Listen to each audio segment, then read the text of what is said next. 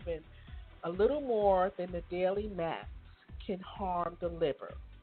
The other drug, the non-steroidal anti-inflammatories or NSAIDs, can cause intestinal bleeding and increase the risk of a heart attack and kidney damage. That's real good. what what they can interact with. Antiacetaminophen plus alcohol can threaten the liver. NSAIDs increase the risk of bleeding when taken with a blood thinner such as warfarin or Plavix. Okay. Now the home remedy says a cool compress or sponge bath. Either measure either measure can help some of the temperature spikes. And you don't have if you don't have spikes and you don't have acetaminophen or other fever medication in your medicated cabinet. A note that it is okay to let a fever run its course. If it stays under 101, then that's because the high temperature is a part of the body's effort to kill off the offending germs. Okay, so that was for the aches and fever part.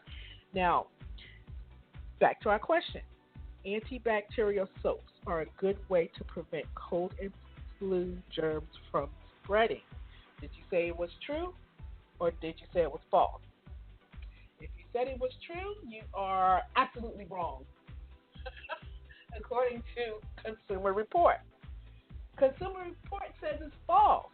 It says that there's no evidence that antibacterial soaps work better than regular soap and water at preventing a cold or flu. And overuse of these soaps may contribute to the spread of antibiotic resistant bacteria.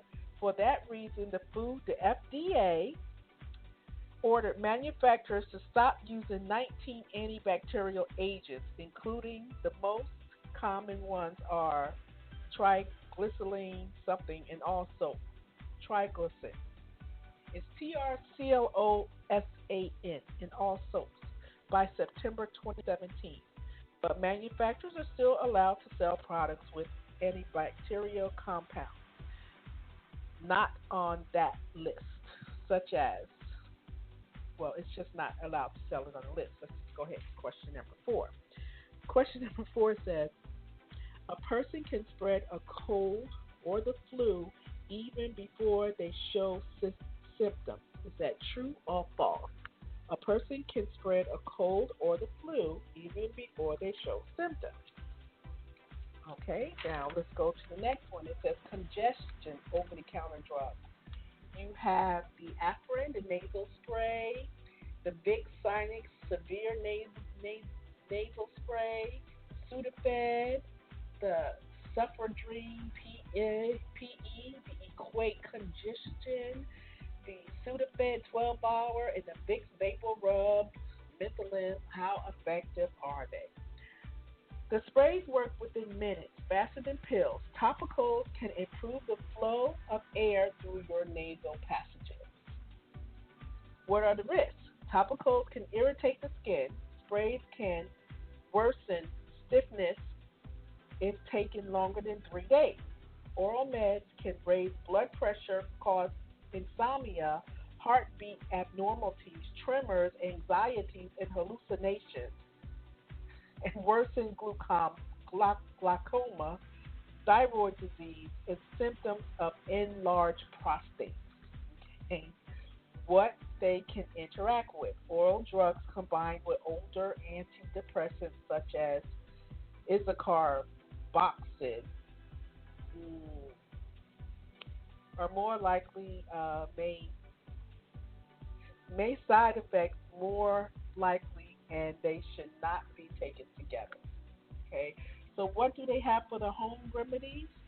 Steam inhalants. Okay, steam inhalants, warm water vapors, may loosen mucus, though it is unclear whether it translates or reduces, whether it translate or reduce congestion. Okay, many people swear by it. Showering may be safe than putting your head over a pipe in hot water, which could scald you. Okay, that's what it says. And cool mist humidifiers. I have one of them. I'm thinking it's working. Let's see what it says. The FDA says these devices can help shrink swelling in nasal passages and allow easier breathing. And the humidity can make it more difficult for flu viruses to survive. So just make sure you keep that device clean. Yes, I'm doing something right. Home remedy for the congestion is honey. It tastes good, feels soothing, and in 2014 review suggests that it's better than a placebo at easing costs.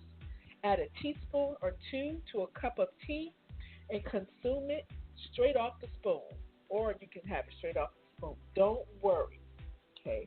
A little extra sugar when you're sick won't harm you.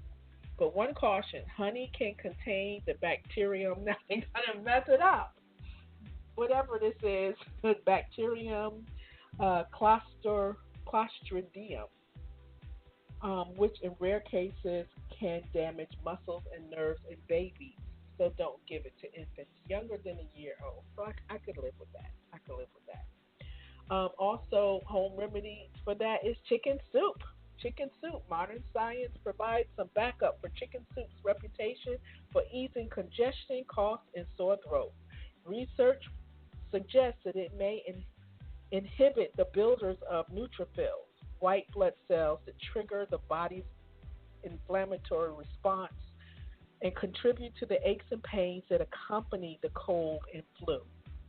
Add the hot liquid and steam from the soup that mostly broth may help more directly. It may open up swollen airways and thinning mucus. Okay, cough. We're getting I don't think. Let's see. Did I give my other question to you guys? Okay, yes. Let's go to that one. A person can spread a cold or flu even before they show symptoms. Is that true or is that false? Okay. If you said it's false, it's absolutely not true. It is true. Most people are contagious for a day or so before their symptoms become apparent. The risk of spreading the disease tends to diminish along with the symptoms, so you can be contagious for more than a week. So it is important to practice scrupulous hygiene during the whole cold flu season, not just when you're around someone who looks or sounds sick. Okay, my last question is going to be should you should always stay home from work if you have a cold. Is that true or false? You should always stay home from work if you have a cold. And we're going to go to the cough. Actually, the honey was for the cough. The chicken soup was for the congestion. It says that for the cough, you got the Mucinex, Robitussin, topical rub patches, lozenges, Vicks Vapor Rub, menthol cough drop, all that. It says, how effective are they? An expectorant thins mucus, making coughs more productive. Dextroformin, Torphan, a supplement, blocks the cough reflex.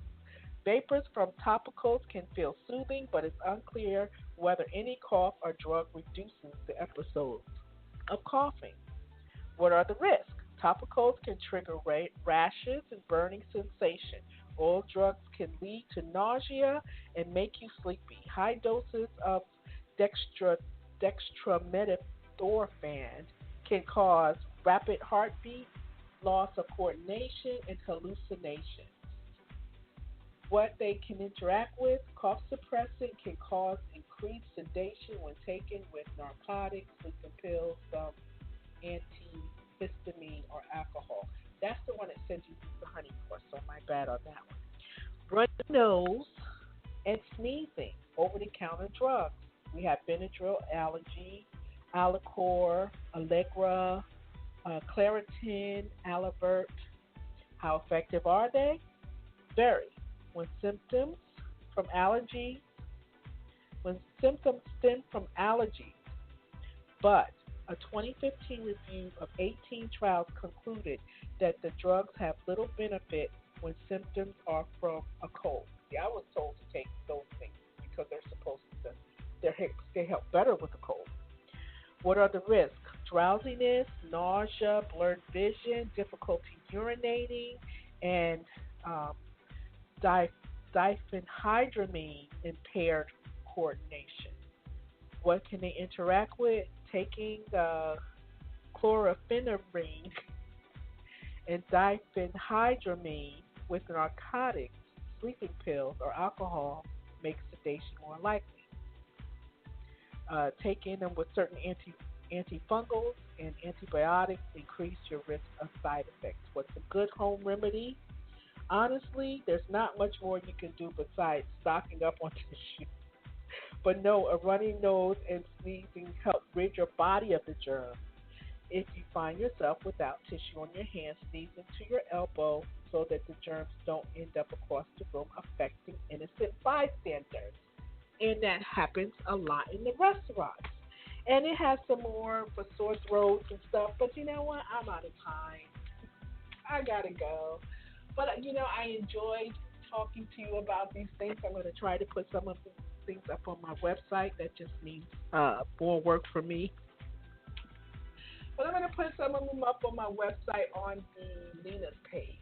You'll find them there. I'm going to put some things about the flu and about distracted driving. I know I don't like it when you try to get to that red light and you miss it because the car ahead of you was texting for about 2 or 3 seconds of a 3-second light. Okay, so then you don't get through. So it's enough to cause road rage too. They need to put that in here. They need to do a consumer report on what causes road rage, and that's one of them, main one, big one. So, and on that note, I'm going to get out of here. I just want to say I'm going to leave with some Steve Cohen. But I want to say to you guys, please, please be good to each other and do unto others as you would have them do unto you. This is Lena Jones. Please listen to me tomorrow morning live on the Morning Sparkle. I will be there playing music. Let's talk more music and checking out what's going on in the social media world. So join me tomorrow at 9 a.m. Eastern Standard Time. I guess it would be 8 a.m. Central Standard Time and 6 a.m. Pacific Standard Time. Either way, this is Lena. I'm out. And here's Steve Cohen with Back to Me. Bye-bye.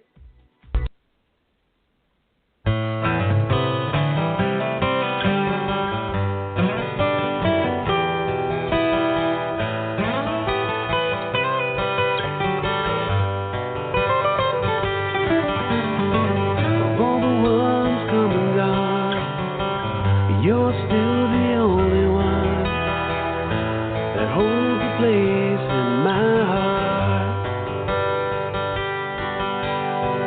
Remember dancing late that night, I sang to you as you held me tight. Your eyes said, I love you. Oh, it took me by surprise the day that you said goodbye, and I haven't been the same. It tears me up inside, just knowing you're not mine. Girl, I'm lost without your love. Oh, I love you so, but it's time to let you go.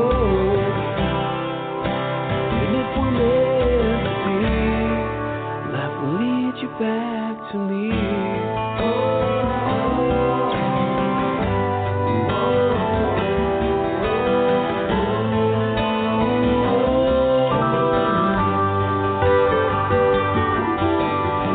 Remember laying next to me. We thought our love was meant to be, and I love you for the rest of my life. Remember on that one spring day when it all slipped away, and with tears in your eyes you kissed me goodbye.